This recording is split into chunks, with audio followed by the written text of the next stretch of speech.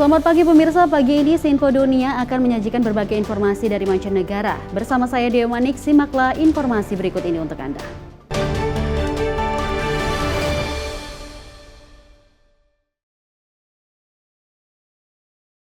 Pemirsa, kita awali informasi Info Dunia. Pada masa pemerintahannya, Donald Trump menerapkan tarif impor Tiongkok dan mengevaluasi fasilitas GSP Indonesia. Bagaimana prospek hubungan Amerika Serikat dengan Indonesia di periode keduanya? Berikut informasinya. Pidato Donald Trump saat inaugurasinya sebagai Presiden ke-47 Amerika Serikat lebih mengangkat isu-isu domestik. Tapi menurut perwakilan Indonesia yang ikut menyaksikan pelantikan dari Kompleks Gedung Capitol, terlihat adanya potensi mendekatkan Indonesia dengan Amerika. Banyak hal-hal yang tadi disampaikan oleh Presiden Trump itu sebenarnya juga kita kurang lebih aspirasinya ke sana. Contohnya adalah ketahanan energi, ketahanan pangan begitu ya, dan juga bagaimana upaya untuk terus memperkuat Amerika. Indonesia juga terus ingin memperkuat Indonesia gitu ya. Juga hubungan yang baik antara Presiden Trump dengan Presiden Prabowo itu menjadi modal untuk kerjasama kita. Sebelumnya Amerika Serikat di bawah Joe Biden dan Indonesia di bawah Joko Widodo telah meningkatkan hubungan kemitraan strategis komprehensif. Hubungan selanjutnya antara pemerintahan Trump dengan pemerintahan Prabowo masih sulit ditebak. It's very hard to make predictions because Trump is mercurial and transactional, and Indonesia has never been a place that has really been on his radar other than, I think, a building project in Jakarta that his name is or was attached to. Tapi dari pilihan Menlunya, analis bisa memproyeksikan pemerintahan kedua Trump bakal tetap keras terhadap Tiongkok seperti pemerintahan pertamanya dulu dan juga pemerintahan Biden. He's appointed some China hawks, if you will, people who believe that a hardline policy towards China is appropriate. Marco Rubio, the new Secretary of State, is one of those. So that might put Indonesia in a difficult position since it has not been willing to join the anti-China bandwagon. So to the extent that the United States tries to pressure Indonesia to move in that direction, that could lead to some conflict. Selama menjadi senator, Marco Rubio dikenal sangat kritis terhadap Tiongkok, baik terkait perlakuannya terhadap minoritas Uighur di dalam negeri maupun sepak terjangnya di kawasan Indo-Pasifik. Terkait Tiongkok dan Indonesia, Rubio pada 2023 meminta pemerintahan Biden menyelidiki kemitraan produsen otomotif Amerika Serikat Ford dengan PT Vale Indonesia dan perusahaan Tiongkok Zhejiang Huayu. Rubio juga selama ini kritis terhadap BRICS, kumpulan negara-negara yang diprakarsai Tiongkok dengan Rusia, di mana Indonesia kini menjadi salah satu anggota. I don't know how this is all going to turn out, but it does seem to me that we are at what could become a very delicate moment, depending upon what Trump does and does not do. The more difficult it becomes for Indonesia to deal with Trump, obviously, the more likely they are going to turn toward China. Russia perhaps less so, but certainly toward China. Sebelum inaugurasinya, Trump telah mengancam sanksi tarif kepada anggota BRICS bila organisasi ini merealisasi wacana beralih dari penggunaan dolar Amerika. Ancaman yang diulang saat penandatanganan sejumlah impres pertamanya. Put at least a 100% tariff on the business they do with the United States. You know what the BRICS is, right? You guys know. Dari Washington DC, Yuni Salim, Rio Tuasikal, dan tim VOA. Sementara itu, pada hari pertama menjabat, Menteri Luar Negeri Amerika Serikat Marco Rubio memaparkan prioritas kebijakan luar negeri, termasuk pertemuan dengan Menlu negara sekutu di Indo-Pasifik untuk mengatasi pengaruh Tiongkok. Marco Rubio, Menteri Luar Negeri Amerika di Kabinet baru Presiden Donald Trump, menyampaikan kepada stafnya bahwa WAS akan mempromosikan perdamaian ke seluruh dunia. Without peace, it is hard to be a strong nation, a prosperous nation, and one that is better off. Tapi menghindari konflik adalah keputusan strategis. But never at the expense of our national security, never at the expense of our national interest, and never at the expense of our core values as a nation and as a people. Di hari pertamanya menjabat, Rubio juga bertemu dengan Menlu dari India, Australia, dan Jepang. Keempat negara ini berada dalam aliansi dialog keamanan kuadrilateral atau Quad. Pertemuan perdana Rubio dengan Menlu Quad meredakan kekhawatiran akan pendekatan America First atau mengutamakan Amerika yang menjadi janji kampanye Trump. Is a clear signal that U.S. is not abandoning the regional coalition, allies and partners in terms of how to counter China's rise. Dalam sidang pengesahannya di Senat Amerika, Rubio menyebut Tiongkok sebagai musuh paling kuat, berbahaya, dan hampir setara yang pernah dihadapi AS. Digagas Amerika Serikat, Quad awalnya dibentuk pada tahun 2004, namun baru aktif kembali pada tahun 2017 saat masa jabatan pertama Donald Trump bersama dengan Jepang untuk mendorong strategi Indo-Pasifik yang bebas dan terbuka. Aliansi ini jadi pertemuan tingkat kepala negara sejak tahun 2021 di bawah mantan Presiden Joe Biden. Kemlu Tiongkok memperingatkan bahwa blok konfrontasi seperti Quad tak akan membawa perdamaian dan keamanan ke kawasan Asia Pasifik. Berulang kali, Beijing mengecam Quad sebagai bentuk konstruksi perang dingin. Anytime that the U.S. aligns with its allies and partners, the Chinese will feel isolated and feel threatened, and they will accuse the United States of the Cold War mentality. Sehari jelang pelantikan Donald Trump, Tiongkok mengadakan patroli gabungan Angkatan Udara dan Laut perdana di tahun 2025 di area Laut Cina Selatan, wilayah yang disengketakan dengan Filipina yang merupakan sekutu terdekat AS di kawasan. Dari Washington DC, Virginia Gunawan dan tim VOA. Pemirsa, kekhawatiran terhadap perang dan ketidakstabilan dunia mendorong sebagian warga Amerika Serikat membeli bunker anti bom. Meskipun para pakar ini meragukan kegunaannya. Berikut informasinya.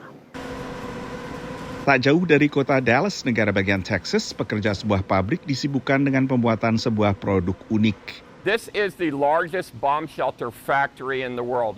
It's on a 10-acre piece of property in a 72,000 square foot building, and we are covered wall-to-wall on underground bomb shelters. Ron Hubbard adalah CEO dari Atlas Survival Shelters, produsen bunker atau ruangan bawah tanah tahan bom yang disebut bahkan tahan serangan nuklir. Most people surveyed believe that there will be a World War III one day and it will be very catastrophic and that these shelters will have great value at that time. Menurutnya penjualan bunker tahan nuklir melonjak menyusul pandemi COVID, perang Rusia dengan Ukraina, serta perang Israel-Hamas di Gaza. People are uneasy and they want a safe place to put their family. And they have this attitude that it's better to have it and not need it than to need it and not have it. Remember what to do, friends. Saat puncak Perang Dingin tahun 1950-an, banyak video menyarankan orang berlindung ke bawah meja begitu ada serangan nuklir. Penelitian sesudahnya menunjukkan strategi ini hanya efektif untuk jarak tertentu dari pusat ledakan. The blast is kind of 1 to 3 miles out, which is obviously a good size area, but it's small compared to the size of a city. And so there's all these people who have not been affected by the blast at all, who really need to be thinking about how to protect themselves from the radioactive fallout. Menurut ahli nuklir dari Lawrence Livermore National Laboratory, tak perlu ruang bawah tanah khusus untuk berlindung bila pusat ledakan cukup jauh. Doesn't have to be fancy. Almost any non-residential building in the U.S. is going to work. Think about your supermarket. Think about all the shelves of stuff. That's protection. Laku kerasnya bunker anti serangan nuklir membuat cemas pejabat dan ahli bencana karena bukan hanya tak efektif tapi mengalihkan perhatian dari akar permasalahan, yaitu non-proliferasi senjata nuklir. Underground bunkers, if we ever get to a point where there's all-out nuclear war, aren't going to protect people. And instead, we ought to be investing our resources and our energy trying to talk about a freeze initially, and then finding ways to engage countries that possess nuclear weapons. Menurut perkiraan Blue Wave Consulting, penjualan bunker Amerika Serikat bakal meningkat sekitar 28% pada tahun 2030. Bunker kecil satu ruangan bisa diperoleh dengan harga puluhan ribu dolar atau ratusan juta rupiah. Dengan bunker berukuran lebih besar multi ruangan seperti layaknya sebuah apartemen di bawah tanah dengan harga jauh lebih mahal lagi. Bagi para pembelinya, bunker seperti ini memberikan rasa aman. Tapi bagi para kritikus, rasa aman ini hanyalah rasa aman semu saja. Dari Washington DC, saya Nova Purwadi dan tim VOA. Kita beralih dengan informasi lainnya pemirsa, ketergantungan Zimbabwe pada batu bara merusak kesehatan warga pertambangan. Dengan kelompok advokasi meminta pemeriksaan atau relokasi. Dan juga sementara melihat pejabat lokal juga menyarankan energi surya. Warga Zimbabwe mengatakan khawatir dengan emisi dari pembangkit listrik tenaga panas Hwange yang membakar batu bara untuk menghasilkan energi. Menurut warga bernama Tinashe, ketika batu bara terbakar, asap hitam mengepul di atas rumahnya yang berjarak kurang dari 1 kilometer, menciptakan bahaya kesehatan dan risiko bagi pertanian. The ash now poses a threat not just to the human beings, the people around, also to the vegetation. It is now harder to conduct subsistence farming. The law does not mandate that these companies test the exposure of community members to the pollutants, but rather only the labor aspect is covered by the Pneumoconiosis Act. Tinashe mengacu pada undang-undang yang mengamanatkan perusahaan harus membayar tes pneumoconiosis tapi hanya bagi karyawannya. Pneumoconiosis adalah penyakit paru-paru yang disebabkan menghirup debu dan mengakibatkan batuk dan radang menurut para dokter. Dan paparan debu yang terus-menerus bisa menyebabkan kanker. Pembangkit listrik tenaga panas Hwange dioperasikan oleh Otoritas Pasokan Listrik Zimbabwe SESA milik pemerintah. Menurut warga di sekitar pusat listrik, masalah ini telah ada selama bertahun-tahun. Pemerintah Zimbabwe belum menanggapi keprihatinan warga yang terkena dampak pembangkit listrik tenaga batu bara. Kelompok advokasi yang dikenal sebagai Greater Hwange Residents Trust telah mengajukan petisi kepada pemerintah untuk mengamandemen Undang-Undang tahun 1970-an dan memastikan warga yang terkena dampak bisa dibantu. Hwange is the Ingakula community especially is faced by air pollution, and we want people to be tested for pneumoconiosis for free and the relocation of the community to a safer space where there is less pollution. Karena pemerintah belum menanggapi petisi itu, petugas pemantau di Pusat Tata Kelola Sumber Daya Alam mengatakan solusinya adalah dengan beralih ke energi bersih. I think we should also try and introduce the issue of solar or using solar here in Hwange. Pihak SESA mengatakan 31.000 peternakan di Zimbabwe akan memasang tenaga surya sebagai bagian dari upaya untuk beralih ke energi bersih dan mengurangi beban pada jaringan listrik. Perusahaan ini memuji proyek tenaga surya di wilayah pertanian dan berharap kelebihan pasokan listrik surya mereka bisa dijual ke jaringan listrik nasional. Dari Arlington, Virginia, saya Helmi Yohanes dan tim VOA. Anda kembali menyaksikan Sinpo Dunia, informasi kita lanjut. Ribuan peternak sapi perah di India Utara kekurangan pakan musim dingin. Namun ilmuwan setempat mengembangkan pakan baru untuk meningkatkan produktivitas ternak. Rajiv Kumar sudah menyiapkan pakan ternak baru ini untuk musim dingin mendatang bagi sapi-sapi yang ia pelihara di pegunungan India Utara. Hilly areas में हरे घास की तो कमी हमेशा ही रहती है और सर्दियों में तो और भी ज़्यादा कम हो जाता है, स्पेशली नवंबर से लेके अप्रैल तक। तो आप उसको क्या देंगे, वो भूसा ही देंगे, फिर उसके अलावा तो वो तो उसकी वैल्यू तो ज़ीरो है, वो तो जस्ट एज ए फिलर होता है वो तो। Dikembangkan di Universitas Pertanian CSK Himachal Pradesh, pakan ini dibuat melalui proses fermentasi setelah memotong dan memadatkan tanaman seperti jagung dan rumput. Pakan ini dapat digunakan sepanjang tahun. और फार्मर्स भी बड़े इंटरेस्ट से इस टेक्नोलॉजी को अपना रहे हैं क्योंकि उन्हें फ़ायदा भी हो रहा है। एक तो सस्ता घास पड़ रहा है, दूसरा उसमें न्यूट्रिटिव वैल्यू अच्छी रह रही है और पशु में उत्पादन क्षमता और बीमारियां कम लग रही है। Menurut Rajiv, sejak ia mulai memberi makan ternaknya dengan rumput silase, penghasilannya meningkat. एक गाय की लगा लो तो कम से कम रोज की 2 से 3 लीटर की तो इंक्रीज है। Harga pakan ini sekitar 4 sen atau sekitar Rp600 per kilogram, sehingga terjangkau bagi para peternak. Dikemas dalam bentuk balok, pakan ini juga menghemat tenaga kerja yang biasanya mengumpulkan pakan ternak. Silage जो है बेसिकली इसको आप ये कह सकते हैं कि ये एक अचार है हरे घास का, जिसको कि हम लंबे समय तक स्टोर कर सकते हैं. Pakan baru ini tidak hanya meningkatkan kesehatan hewan, tapi juga berdampak pada kesehatan manusia. ऐसे एनिमल का जो मिल्क आएगा उसमें जो न्यूट्रिशनल क्वालिटी है स्पेशली ऑफ माइक्रो न्यूट्रिएंट्स जैसे कि विटामिन है, vitamin A, vitamin D3, vitamin E और मिनरल जो है जैसे कैल्शियम है, फॉस्फोरस है, वो ज्यादा होती है compare to other synthetic sources. Menurut para ilmuwan, meski India telah mengembangkan berbagai jenis sapi dalam beberapa dekade terakhir, tapi tidak banyak perhatian yang diberikan pada kualitas pakan ternak. Akibatnya, produktivitas hanya mengalami sedikit peningkatan. Pakan siap pakai ini juga membantu para peternak yang lebih tua seperti Balkrishnan Sharma yang menghadapi kekurangan tenaga kerja yang umum terjadi di wilayah perbukitan. Ia dulu punya 3 ekor sapi, tapi kini tinggal 1 ekor. Dan beralih ke rumput silase membuatnya optimistis. Use करने से ऐसा है कि मैंने अपनी तरफ से ऑब्जर्व किया है कि दूध में बड़ा फर्क पड़ रहा है और गाय की जो सेहत है उसमें भी काफ़ी फर्क पड़ रहा है. Selain dalam drum, pakan ini juga dikemas dalam karung yang lebih mudah dibawa ke wilayah terpencil. Terrain बड़ी टेढ़ी मेढ़ी रहती है और हर गांव तक, हर घर तक सड़क नहीं पहुंचती है, ताकि वो छोटा सा बैग 40 किलो का पीठ में भी उठा के कम से कम 2 दिन 3 दिन पशुओं को आराम से खिला सके और पशुओं में उत्पादन क्षमता बढ़ सके. Tantangan berikutnya adalah membujuk lebih banyak peternak untuk mulai menggunakan pakan baru untuk ternak ini.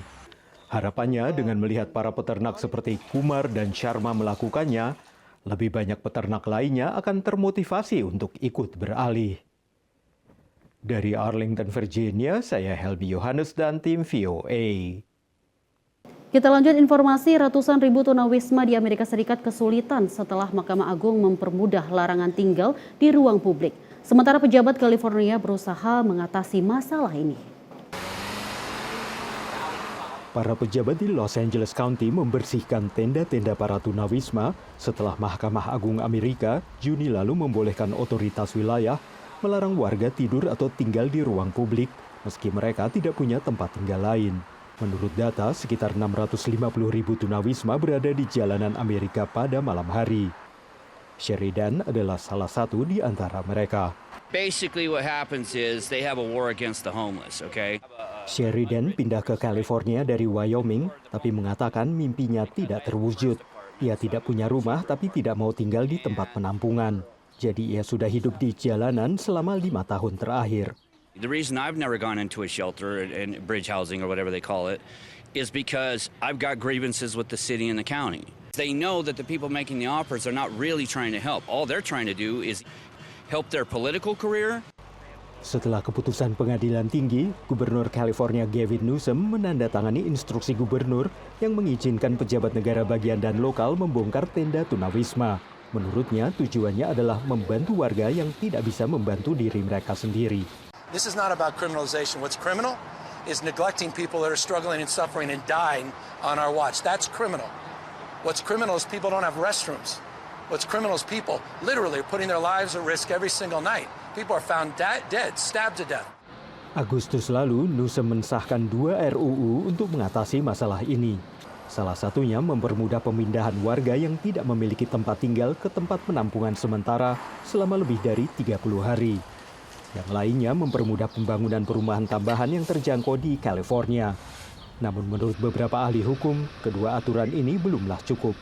There aren't enough affordable housing units, there aren't enough shelter spaces, there isn't anywhere for people to go. Menurut hitungan yang diwajibkan pemerintah federal, ada lebih dari 75.000 warga tunawisma setiap malam di Los Angeles County saja. Menurut seorang warga, masalah ini juga berdampak pada warga seperti dirinya yang tinggal dan bekerja di kota ini. It's a really complicated issue. I've had my experience with dealing with the homeless. I've been assaulted before. I've had the police involved. Meski keputusan Mahkamah Agung Amerika telah mempermudah otoritas wilayah untuk memindahkan para tunawisma dari jalanan dan trotoar kota, masalah yang rumit ini masih jauh dari selesai. Dari Arlington, Virginia, saya Helmi Yohanes dan tim VOA. Pemirsa, In Place Design di Baltimore yang dipimpin oleh seorang diaspora Indonesia bertahan selama pandemi berkat visi untuk membuat dunia lebih baik dan juga dengan kemampuan membangun jejaring serta mengikuti tren. Visinya simple sebetulnya, make a world as a better place. Intinya melihat satu desain itu tidak hanya dalam satu sudut. Dari segi arsitektur, dari segi interior, dari segi landscape, lighting, kemudian juga wayfinding, traffic. Jadi pengalaman orang untuk menikmati ruang-ruang di luar gedung, di dalam gedung, dan bagaimana mereka bisa mempunyai experience yang bagus gitu ya. You know, one of the reasons I named it in-place design is because we're all about placemaking. Because the buildings in a lot of ways are backdrops. But we look at what's happening in the space that people are actually participating in that location, how that how the sidewalk is, the landscape, the signage, all those components make a good project. So one of our main focuses, and I think what sets us apart, is we look at all those things holistically. They will do a variety of tasks with Federal Realty, and I think that variety of tasks and skill sets that they offer makes them valuable to us. They will do a full set of design and construction documents for a property redevelopment project. On the micro level, I can call them, I could say, hey, we've got a potential vacancy at one of our centers. And then they could create quickly a really thoughtful, well-designed concept idea, and then subsequently a rendered version of that then I could package up. Our leasing team could take that to the market and help to bring in and get somebody who may be interested in potential space, get them on the hook and say, you know what, that looks really good, I do want to be there. Orang Amerika itu, klien-klien Amerika itu lebih tahu dan lebih menghargai profesi kita. Dalam artian seperti gini, apa? Dalam artian gini, kalau misalkan ada additional service, jadi kita scope-nya nih dalam kontrak, oke, kita mengerjakan A, B, C, D gitu kan. Begitu ada E atau F, mereka tahu itu additional service dan mereka komit untuk membayar lebih. Dan yang kedua juga kalau di sini klien di sini itu lebih straightforward. Kalau itu bagus, dia akan apresiasi, akan ekspresi mereka. Oh, ini bagus, ini jelek, nggak ada tanda yang aling-aling. Dan kita juga klien-klien kita itu tidak hanya dari developer yang lebih komersial ya. Ada non-profit juga yang kita kerjakan sekarang ini. Ada komunitas Muslim Indonesia di Houston yang sekarang kita lagi bantu untuk desain masjidnya. Kemudian juga ada komunitas Muslim juga di Pennsylvania, Al-Maqasid, itu juga membuat masjid dan sekolahan. Pandemi itu juga salah satu yang mendefinisikan kita sekarang gitu. Jadi sebetulnya dalam menjalankan company design seperti ini, apa sih kuncinya agar bisa bertahan? Bertahan dalam bisnis itu adalah networking kalau saya bilang. Jadi bagaimana kita bisa reach out dan dari situ kita bisa tahu apa sih tren sekarang, desain tren. Jadi kita sudah bisa mengantisipasi market sebelumnya.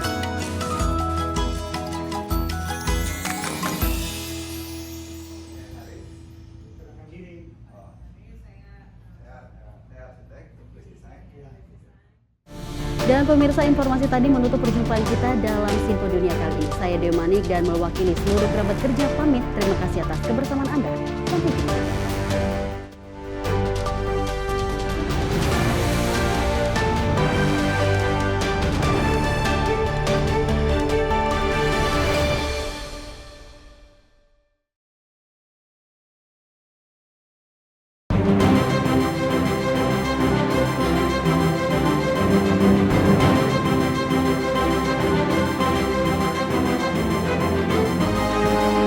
Simpo TV, News, Sport, Entertainment.